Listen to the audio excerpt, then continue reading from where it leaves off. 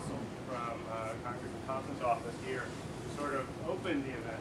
And I'm going to turn it over to her. I am saving time because I know when Dean Broderick comes, she will also say some wonderful things about the law school. But I will turn it over to Mr. Clarke. I don't know if you want to stand here or there's a mic up here.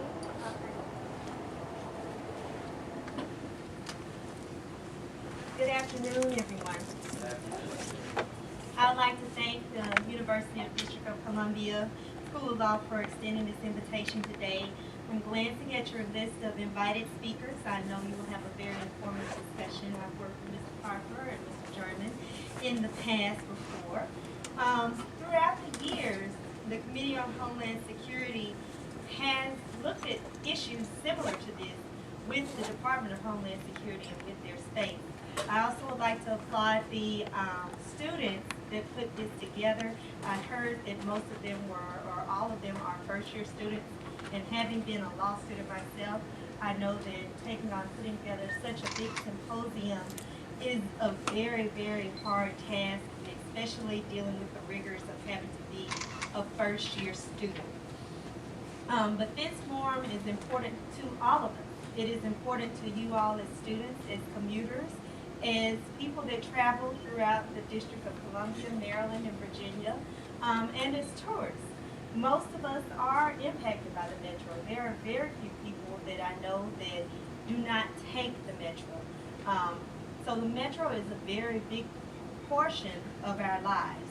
And in Congress, we analyze matters of security and privacy, and we agree that there has to be a balance of interests.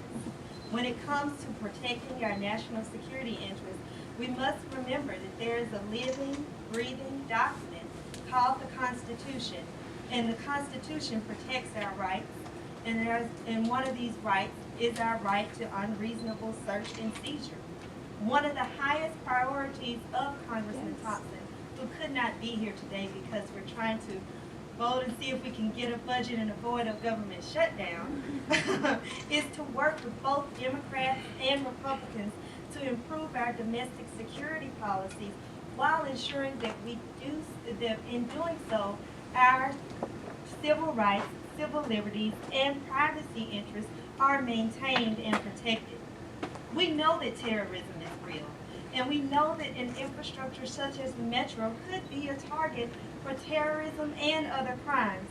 But is it necessary to search without reasonable suspicion? Is it necessary to randomly search bags? How random is random? How are the security officers at the Metro, are they really going to adhere to the random 17th search, 7th search? We don't even have the training modules nor the information to let us know that. Do we have a sound, solid criteria that does not include racial, religious, or ethnic profiling? Those are the questions that Metro should be answering to you in writing and in practice, and they should be here to let you all know instead of avoiding your questions.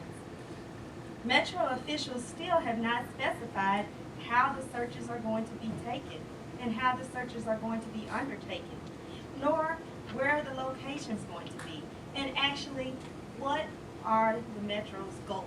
How long are these practices going to be in place? Those are things that we need to know. As a Homeland Security professional and a person who has researched and dealt with this issue for a long time, I know that racial profiling, religious profiling, and ethnic profiling is not productive, and it is a waste of time and resources that are already stretched thin. And there is still no definition of what a terrorist looks like, what a terrorist, the color, ethnic profile, race, religion, background. We don't have those things. We don't have those things. So what actually is Metro looking for? Big bags, small bags? We're still not sure. The significance of an individual's right to privacy is not lost upon me. I encounter people quite often that have been searched and followed due to their religious background or what they're wearing or just how they're acting on that day. So it brings home to me how a single infringement on a person's privacy, it can really affect a person, not just in travel, but in their day-to-day activities. Going forward, the policymakers should take a strategic approach to not only protecting the national security and the security interests, but also safeguarding privacy, civil rights, and civil liberties. As our nation and our nation's capital continues to confront terrorism and other security challenges, we must make sure that the protection of privacy, civil rights, and civil liberties remain a bedrock of our society. And thank you so much for having me. You all have a great panel on deck, and I'll be sure to let Congressman Thompson know all of your regards. Thank you so much.